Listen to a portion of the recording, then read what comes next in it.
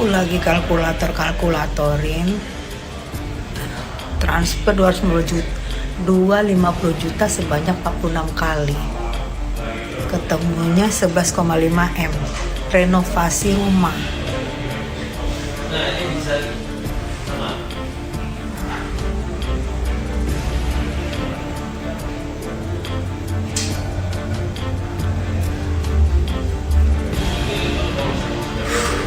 Halo teman-teman semua, selamat datang kembali di Analisis Sengit, channel yang selalu membahas dan mereaksi berbagai isu yang sedang ramai diperbincangkan, termasuk reaksi dari para kreator lainnya.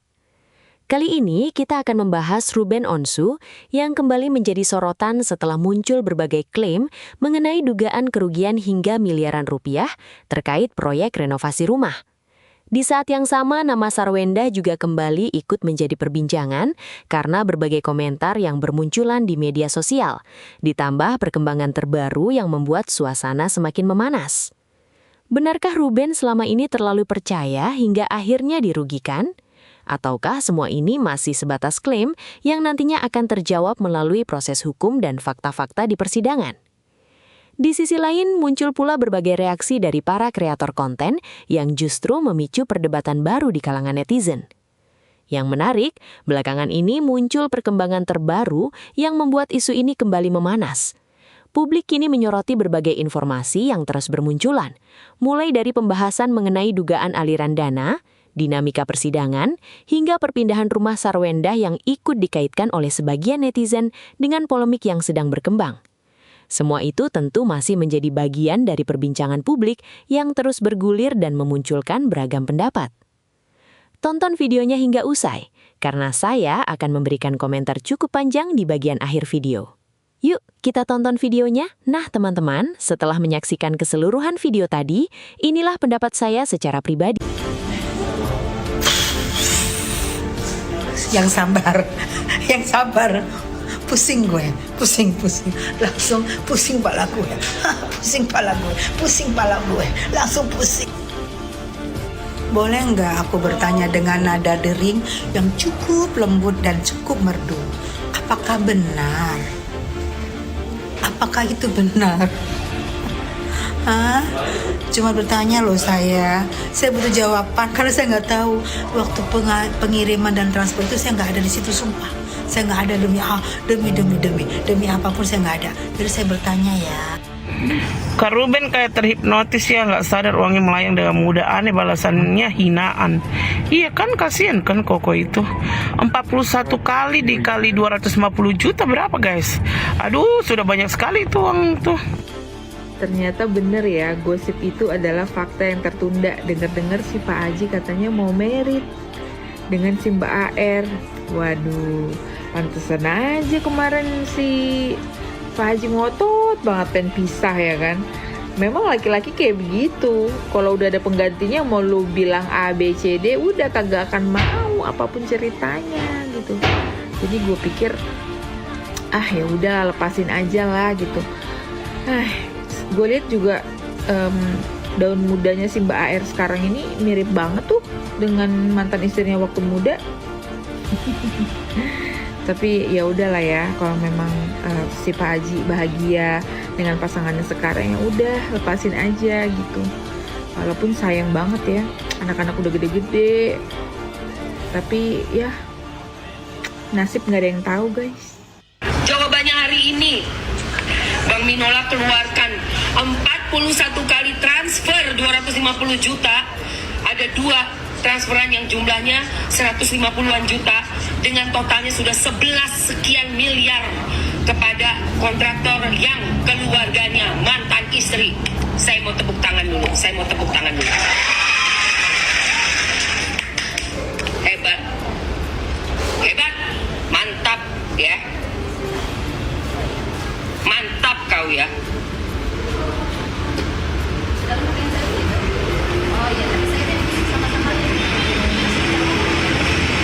Kalau Ruben tuh adik gua, lu udah gua obrak-abrik lu. Iya benar, susah menjelaskan sama orang punya penyakit hati. Ininya nggak ada, sepakat Bunda. Bahkan sampai hari ini mereka masih stuck memperolok-olok bahasa Inggrisnya si Gio. Sampai mereka ngerosting bersama dengan bule-bule mereka yang julid itu untuk ngerosting bahasa Inggrisnya si Gio. Kataku ngapain? Mereka ajak bule supaya kita berkata, wow, super sekali gitu kali ya. Padahal kita sendiri sadar ya, ada bule yang negatif, ada bule yang melihat hal positif. Ya kan, dari setiap ucapan-ucapan kita kalau informasinya tersampaikan, ya banyak kok bule bisa menerima. Gimana tuh orang-orang India, aksennya itu keras kan, bahasa India, bahasa Inggris dengan aksen India, banyak bule yang bisa menerima kok. Karena kenapa? Bulenya positif. Ya kalau kita ngajak bule menjulit, ya mereka bisa lebih julid loh dari kita. Bener, lihat itu video-videonya si siapa ya, Ratu Jengkol apa tuh, pokoknya ada jengkol-jengkolnya. Ya kan dia sering berdiskusi tentang sifat-sifatnya para bule. Sekarang gini loh, kenapa sih kalau bule yang menghancur leburkan bahasa kita, mengacak-acak bahasa kita, bisa kita terima? Bahkan bisa kita jadikan hiburan yang lucu dan jadi cepat banyak pengikutnya gitu. Kenapa? Karena dia berbahasa Indonesia itu hanya kepada orang yang bisa menerimanya. Ya, gitu juga si Gio, dia juga menyampaikan kata-kata itu hanya kepada orang yang mencintainya. Gitu. Kita nggak pernah mengolok-olok bule, bahkan kita bilang, oh keren bahasa Indonesia mau keren, padahal sebenarnya hancur leburnya. Bisa kita terima kok. Kenapa?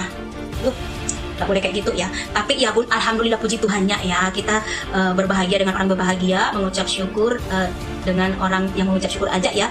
Alhamdulillah puji Tuhannya ya, semalam kan Sarwenda sudah vlog perdana anak-anaknya sekolah, dan itu auranya keluar banget ya, kebahagiaannya keluar banget, rumah baru, kebahagiaan baru. Talia dan Tania juga happy karena ada ibu yang luar biasa ya mendampingi mereka. Terima kasih juga buat Giorgio Antonio yang terus membersamai Bunda Sarwenda dalam menghadapi melewati masa-masa sulit ini ya Gio. Pesanku untuk kalian para Sargios lover, apalah kami ini ya yang hadir di era mereka dihujat. Jadi kehadiran kami kemungkinan hanya solidaritas ya, tapi nggak tahu nanti, siapa tahu kami jadi terpicu juga karena kuliah bagus-bagus kan ternyata kebersamaan mereka, dan kalian sudah melihat itu selama setahun ya, kali kalian. Jadi pesanku ya, kalian solid ya saya. Kalian solid, berdoa untuk kebahagiaan kalian sendiri, apa saja yang kalian kerjakan berhasil dan beruntung, amin. Dan juga kita mendoakan Sarwenda dan juga Gio kedepannya mereka bakal bersinar. Aku yakin itu, kuat pilingku mereka akan bersinar. Itu aja ya, thank you. Kita sebarkan virus cinta ya. Untuk tim SW ya, ada yang bilang ke aku bahwa aku tuh teis ini kalau live-nya itu suka penggiringan opini dari mananya. Datang aja ke room gua welcome, gua suruh naik lulu pade kayak gitu, kagak harus typing, kagak harus dibisu-bisukan. Banyak tuh sering tuh di tim sebelah masuk room gua, ngehujat gua, ngata-ngatain gua, sampai sekarang pun tidak pernah diblok. Tapi kalau rasis banget ya dibisukan, misalkan mengarahnya ke agama atau ke rasis, itu pasti dibisukan. Ya, kalau tidak mengarahnya ke situ, silakan typing, justru saya persilahkan seperti itu. Nah, untuk yang merasa katanya saya kalau live itu penggiringan opini, silakan masuk ke room gua dan silakan naik di room gua. Jangan takut dikeroyok-keroyokan, kita bukan penjahat. Tidak ada keroyok-keroyokan. Yang biasanya keroyokan itu adalah penjahat menurut aku ya. Biasanya yang suka main blok-blokan itu adalah penjahat, oke? Nah, itulah biasanya yang sering berkoar-koar cari musuh, didatangin sama musuh, tiba-tiba musuhnya diblok. Itu bagi gue penjahat. Nah, kalau kita kagak ya. Kalau merasa saya live ada penggiringan opini tentang masalah RO dan SW, silahkan masuk ke room gua dan adu debat by data. Masalahnya kalian kagak waras. Gua ngomong yang sebenarnya sebut penggiringan opini. Apa tuh ngomong yang sebenarnya? Salah satunya, saya tidak suka yang namanya mantan bini ngata-ngatain mantan laki di depan publik, apalagi nih public figure. Dimana ini mantan bini masih dikasih duit tuh sama tuh mantan laki, sampai ngatain maaf hewan kayak gitu. Nah, itu kagak suka aku, makanya aku speak up di live. Itu penggiringan opini bukan fakta kan ada. Oke. Terus aku tidak suka live yang pacaran berkedok live. Apa tuh live-nya? Mengundang kode-kode alam, birahi kayak gitu. Apa contohnya, apa buktinya? Ada banyak. Saya ambil di VT para pendukungnya juga, para pemujanya juga. Salah satunya apa? Juru-juru lidah, tepuk-tepuk pantat, Opa-opa geli. Ada itu pengiriman opini. No. Ada tuh piti-pitinya. Terus ada lagi tuh piti-piti apa tuh yang aku gak suka itu, sebelah itu suka rasis. Salah satunya suka menghina-hina agama gua. Bukan penggiringan opini. Ada buktinya. Banyak. Lihat silakan aja di piti-piti aku ada tuh. Aku up itu tidak bisa dihapus. Selain gue yang hapusnya. Itu buktinya ada. Terus apalagi tuh, ngata-ngatain. Aku pernah dikata-katain miskin, dikata-katain beras bulog, suka makan beras bulog. Dan kalau iya emang kenapa? Kalau misalkan saya miskin memang kenapa? Fakta itu bukan penggiringan opini. Nah itu saya bahas di live. Kalau misalkan dia penggiringan opini, masuk room gua, malah gua mah dibilang sama kalian foto gua yang lagi monyong dipang-pang kayak gitu, gua mah kagak marah. Terus gua dibilangin sama tim pemuja kayak gitu, dibilang LC, dibilang lonte, dibilang lontong, gua mah kagak marah. Dibilang live pakai BH, kagak marah gua mah kayak gitu, karena gua itu host yang tidak gila pujian tapi gila hujatan. Jadi santai aja. Dan untuk kalian yang merasa ada penggiringan opini, masuk room gua. Yuk ngobrol sambil ngopi. Tapi ngopinya bukan di rumah orang lain ya, di roomku sendiri. Kayak gitu. Bagian gua naik, di bang baru aja naik. Cuman pegang rokok tiba-tiba diturunin ke band dari mananya. Kagak ada, belum ada info ke band belum. Yang ada lu pada takut sama gua. Paham? Gua samperin pakai akun gede gua minta pertemanan, minta naik, kagak dinaikin. Apa itu namanya? Pengecut. Oh iya, untuk HRSG ada tuh, sebut aja HR lah. Lu cakep macam kayak wah lantang bla bla bla bla, macam kayak ternyata kelas lu di bawah gua. Betulin atau rumah lu jelek banget anjir. Makanya kalau ngomong sesuai apa adanya. Kalau miskin ya miskin, jangan ngaku kaya kayak gitu. Kagak ada orang kaya teriak kaya. Gak taunya lu ngaku-ngaku kaya tapi lu di bawah gua kayak gitu. Penampilanmu aja kalah sama gua. Jadi don't speak but you must silent. Oke? DPR, Dewan Pembela Ruben. Viral guys.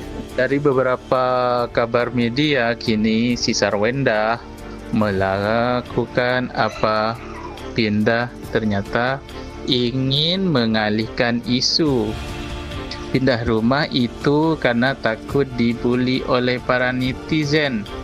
Si maha benar. Gimana menurut kalian guys? Si netizen ini keren kan guys? Kalian mana bisa macam itulah guys? Tak bisa lah guys. Sungguh aneh tapi nyata, begitulah. Dan di persidangan Ruben kali ini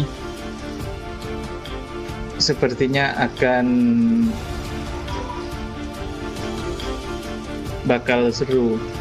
Akan ada perlawanan ya dari ini, maka waspadalah Ruben dari serangan-serangan para pecinta endah. Endah.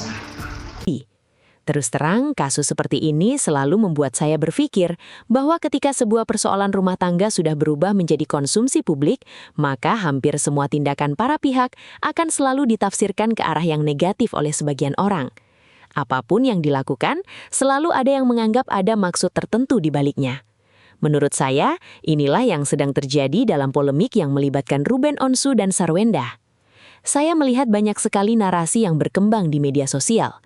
Ada yang membela Ruben habis-habisan, ada yang membela Sarwenda, pada pula yang sejak awal sudah menentukan siapa yang benar dan siapa yang salah. Padahal kita sebagai penonton hanya melihat potongan-potongan informasi yang beredar di internet. Kita tidak berada di lokasi, tidak mengetahui keseluruhan fakta, dan tentu tidak mengetahui apa yang sebenarnya terjadi di balik layar. Yang paling menyita perhatian saya dari video ini adalah besarnya angka yang disebut-sebut. Ketika publik mendengar angka miliaran rupiah, tentu reaksi pertama adalah kaget. Nominal sebesar itu bukan angka yang kecil. Wajar jika kemudian banyak orang bertanya-tanya bagaimana hal tersebut bisa terjadi. Namun menurut saya, rasa penasaran publik tidak boleh berubah menjadi keyakinan bahwa semua klaim tersebut pasti benar sebelum seluruh proses pembuktian selesai. Di era media sosial sekarang, sangat mudah bagi sebuah opini berubah menjadi sesuatu yang dianggap sebagai fakta, padahal belum tentu demikian. Seseorang bisa menyampaikan pendapat dengan sangat meyakinkan, tetapi tetap saja itu adalah pendapat sampai ada bukti yang benar-benar menguatkannya. Karena itu, saya selalu mengajak teman-teman untuk membedakan antara informasi, opini, dugaan, dan fakta hukum. Menurut saya, yang juga menarik adalah bagaimana kasus ini memunculkan begitu banyak reaksi dari para kreator konten. Ada yang membuat analisis, ada yang memberikan pembelaan, ada yang menyerang pihak tertentu, bahkan ada yang saling bereaksi satu sama lain. Fenomena seperti ini menunjukkan bahwa isu yang melibatkan figur publik memang selalu menjadi perhatian besar masyarakat. Saya pribadi lebih tertarik melihat bagaimana masyarakat menyikapi sebuah informasi daripada sekedar isi informasinya. Kadang kita terlalu cepat mengambil kesimpulan hanya karena melihat satu video berdurasi beberapa menit, padahal mungkin masih ada penjelasan lain yang belum kita dengar. Kalau memang nantinya ada bukti yang menguatkan suatu klaim, tentu publik berhak mengetahuinya. Tetapi kalau ternyata ada bagian dari narasi yang tidak terbukti, maka kita juga harus berani mengakui bahwa kita pernah salah menilai. Sikap seperti inilah yang menurut saya mulai jarang ditemui di media sosial. Saya juga merasa bahwa setiap pihak pasti memiliki versinya masing-masing. Hal itu lumrah dalam sebuah perselisihan. Yang menjadi tantangan adalah bagaimana kita sebagai penonton tidak ikut terseret dalam fanatisme yang berlebihan. Mendukung seseorang boleh saja, tetapi jangan sampai membuat kita menolak semua fakta yang tidak sesuai dengan keyakinan kita. Hal lain yang saya soroti adalah betapa cepatnya media sosial membentuk opini publik. Kadang sebuah potongan video beberapa detik saja sudah cukup membuat seseorang dihakimi berhari-hari. Padahal konteks lengkapnya belum tentu seperti yang dibayangkan. Karena itu, saya selalu menyarankan agar kita tidak hanya mengandalkan satu sumber informasi. Saya juga berharap semua pihak yang terlibat dapat menghormati proses hukum maupun proses klarifikasi yang sedang berjalan. Jika memang ada pihak yang merasa dirugikan, maka persoalan tersebut semoga dapat diselesaikan melalui jalur yang tepat. Sebaliknya, jika ada tuduhan yang tidak terbukti, maka nama baik pihak yang bersangkutan juga patut dipulihkan. Sebagai penonton, menurut saya kita lebih baik mengambil pelajaran dari peristiwa seperti ini. Salah satunya adalah pentingnya transparansi dalam urusan keuangan, pentingnya dokumentasi setiap transaksi, dan pentingnya kehati-hatian ketika mempercayakan suatu pekerjaan kepada pihak lain. Terlepas dari siapa yang benar atau salah, pelajaran seperti ini bisa menjadi bekal bagi siapa saja. Saya juga mengingatkan agar kita tidak mudah menghujat seseorang hanya karena sedang ramai dibicarakan. Hari ini mungkin orang lain yang menjadi sasaran. Besok bisa saja siapapun mengalami hal serupa. Dunia digital bergerak sangat cepat, tetapi jejak komentar kita juga akan tetap ada. Pada akhirnya, saya memilih untuk menunggu perkembangan berikutnya. Saya lebih senang melihat fakta yang muncul secara bertahap daripada terburu-buru menentukan kesimpulan. Biarlah bukti dan proses yang berbicara. Itulah pendapat saya. Tentu saja kalian boleh memiliki pandangan yang berbeda. Justru perbedaan pendapat membuat diskusi menjadi lebih menarik, selama tetap disampaikan dengan sopan dan saling menghormati. Sekarang giliran kalian. Menurut kalian, bagaimana melihat polemik yang sedang berkembang ini? Apakah kalian memiliki sudut pandang yang berbeda? Tulis pendapat kalian di kolom komentar. Saya ingin membaca dan mendiskusikannya bersama kalian. Kalau kalian menikmati video seperti ini, jangan lupa tekan tombol like, bagikan video ini kepada teman-teman kalian, dan subscribe ke channel Analisis Sengit supaya tidak ketinggalan berbagai video reaksi dan analisis terbaru. Aktifkan juga lonceng notifikasinya agar setiap ada video baru kalian menjadi yang pertama mengetahuinya. Terima kasih banyak sudah menonton sampai akhir. Sampai jumpa di video berikutnya. Tetap kritis, tetap bijak dalam menyaring informasi, dan jangan mudah percaya pada satu narasi sebelum semua fakta benar-benar terungkap. Salam dari Analisis Sengit.